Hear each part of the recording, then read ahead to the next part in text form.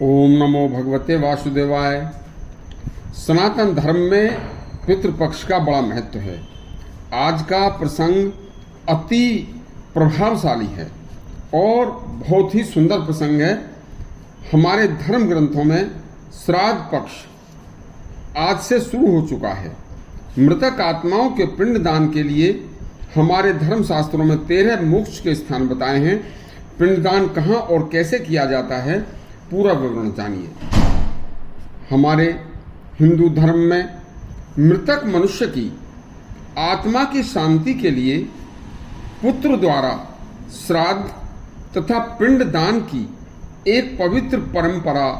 श्राद्ध के बाद मृतक का पिंड दान करने हेतु शास्त्रों में 13 तीर्थ स्थान बताए हैं।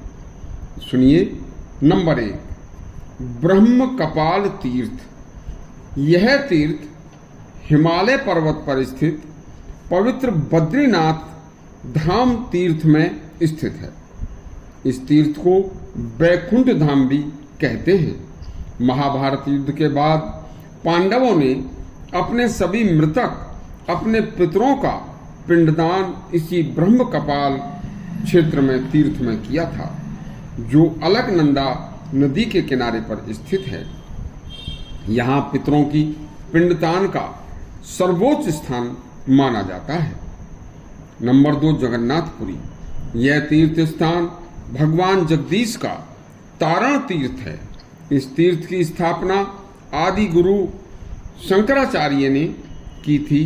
यहाँ भी अपने पितरों का पिंडदान करने से मृतक पितरों की अंतरात्मा को शांति व सुखानुभूति होती है। नंबर 3, ओंकारेश्वर धाम। यह तीर्थ ब्रह्मा विष्णु महेश का निवास स्थान माना जाता है। इसका धर्मशास्त्रों में बड़ा महत्व है। यह नर्मदा नदी के किनारे पर बसा है। यहाँ पर भी पितरों का पिंडदान करने से हमारे पितरों को मोक्ष प्राप्त जरूर होता है। नंबर 4, पुष्कर तीर्थ। यह पुष्कर तीर्थ राजस्थान में है। यह तीर्थों का राजा माना जाता है। यहाँ पर पिंड दान करने से हजारों यज्ञ के बराबर पुण्य मिलता है तथा दिवंगत आत्मा को मोक्ष की प्राप्ति होती है। नंबर 5, हरिद्वार।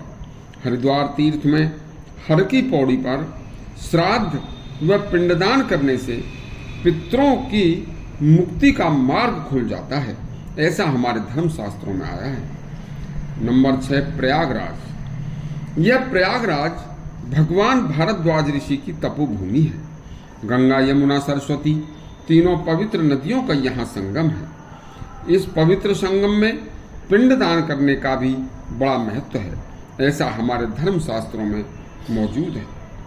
नंबर 7, पशुपतिनाथ मंदिर, नेपाल। यह पवित्र धाम नेपाल देश में गंडकी नदी के किनारे भगवान शिव का पवित्र धाम है।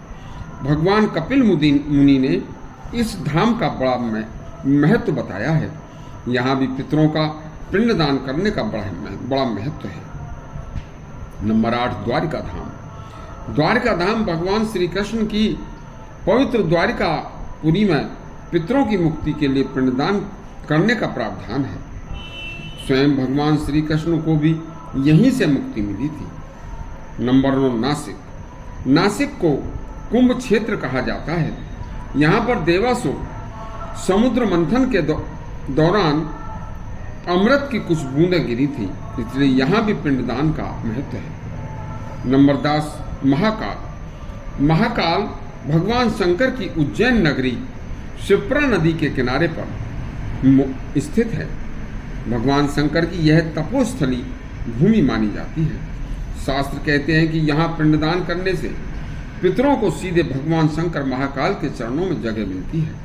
नंबर 11, रामेश्वरम। यहाँ श्री राम ने तपस्या की थी। उसके बाद श्री राम ने स्वयं अपने हाथों से यहाँ भगवान शंकर की मूर्ति की स्थापना करके इस पवित्र स्थान को पवित्र बनाया था और इसलिए इस पवित्र धाम पर भी पिंडदान का बड़ा महत्व है। नंबर 12, कैलाश मानसरोवर। भगवान शंकर की अति पवित्र क्षेत्र में यह पिंडदान करने से, यहाँ पिंडदान करने से सीधे वैकुंठ मिलता है। नंबर 13 गया।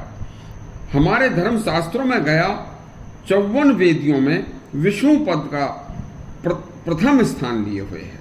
इसके दर्शन मात्र से ही पितृ नारायण रूप हो जाते हैं। गया में फल्गु नदी में स्नान व तर्पण करने से पितरों को देव योनि प्राप्त हो जाती है। हिंदू समाज में दृढ़ विश्वास है कि गया में श्राद्ध पिंडदान करने से उसकी 7 पीढ़ियों के पितरों की मुक्ति मिल जाती है। इस तरह से इस प्रसंग के माध्यम से अपने पितरों का पिंडदान करें, और यदि आपको यह पिंडदान का, श्राद्ध का प्रसंग अच्छा लगा हो तो हमारा चैनल सब्सक्राइब करें और घंटी दबाएं। धन्यवाद।